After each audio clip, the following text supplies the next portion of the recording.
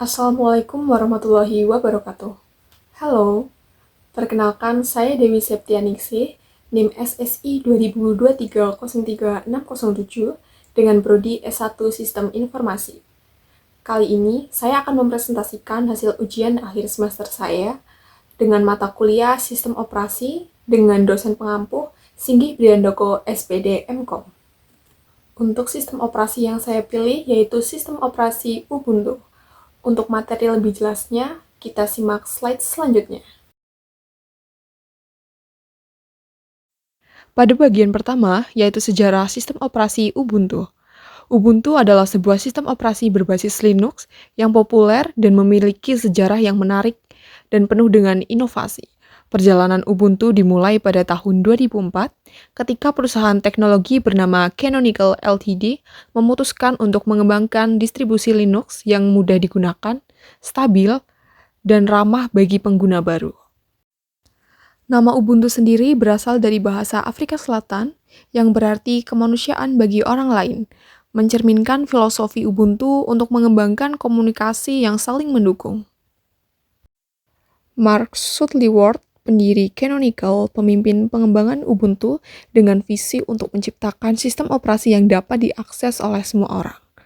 Ubuntu didasarkan pada Debian, sebuah distribusi Linux yang dikenal dengan stabilitas dan keandalannya. Canonical mengambil kode sumber Debian dan menambahkan fitur-fitur baru, seperti sistem instalasi yang mudah, antarmuka pengguna yang ramah, dan dukungan untuk berbagi perangkat keras. Seiring berjalannya waktu, Ubuntu terus berkembang dan berinovasi.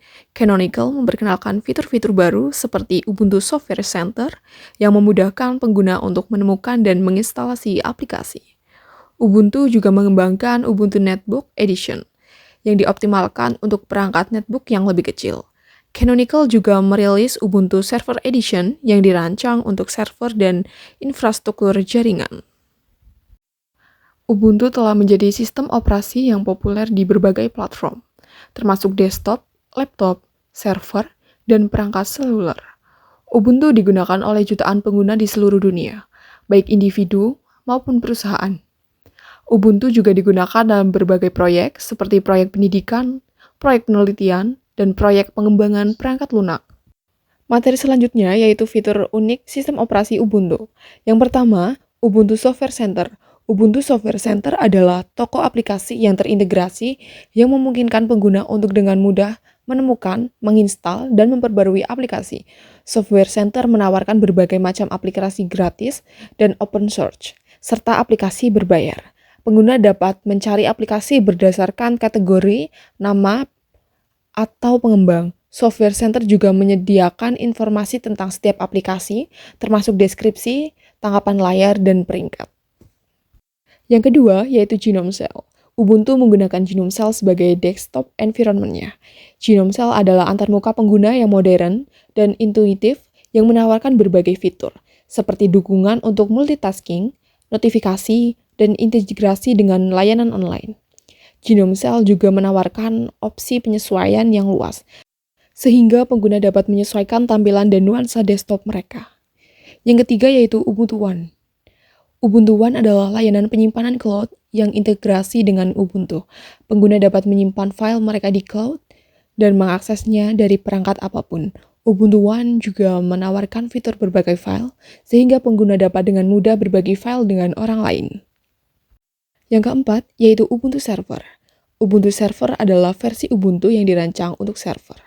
Ubuntu Server menawarkan berbagai fitur yang diperlukan untuk menjalankan server, seperti dukungan untuk virtualisasi, menyimpan jaringan, dan keamanan. Ubuntu Server juga menawarkan berbagai macam aplikasi server, seperti web server, database server, dan server email. Yang kelima yaitu siklus rilis reguler. Ubuntu dikenal dengan siklus rilisnya yang teratur. Dengan versi baru dirilis setiap 6 bulan. Setiap versi diberi nama kode yang unik, seperti Dapper Drake, Facephone, dan Heron. Siklus rilis ini memastikan bahwa pengguna selalu mendapatkan fitur dan pembaruan keamanan terbaru. Yang terakhir yaitu komunitas yang aktif. Ubuntu memiliki komunitas pengguna dan pengembang yang aktif yang memberikan dukungan dan bantuan kepada pengguna. Komunitas ini membantu memecahkan masalah, mengembangkan aplikasi baru, dan meningkatkan sistem operasi.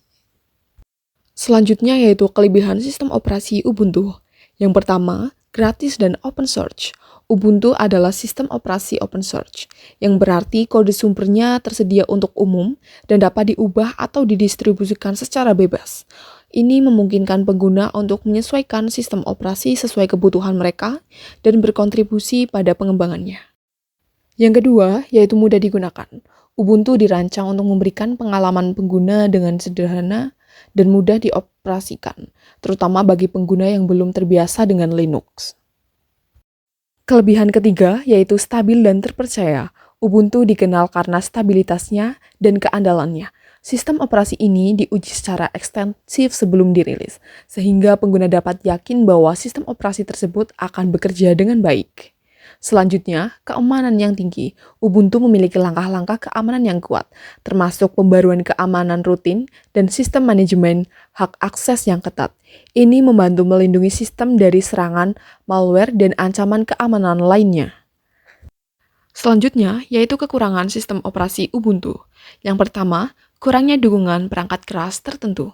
Meskipun Ubuntu mendukung berbagai perangkat keras, mungkin ada beberapa perangkat keras yang tidak kompatibel dengan sistem operasi ini.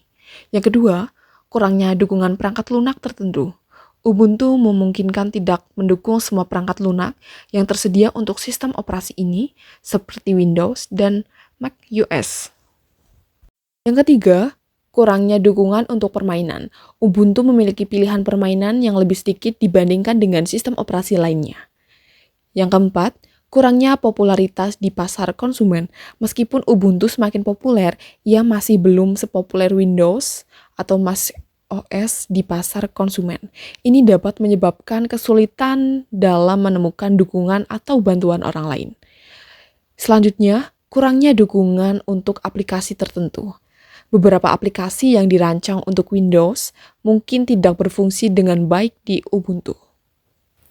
Sekian presentasi yang dapat saya sampaikan.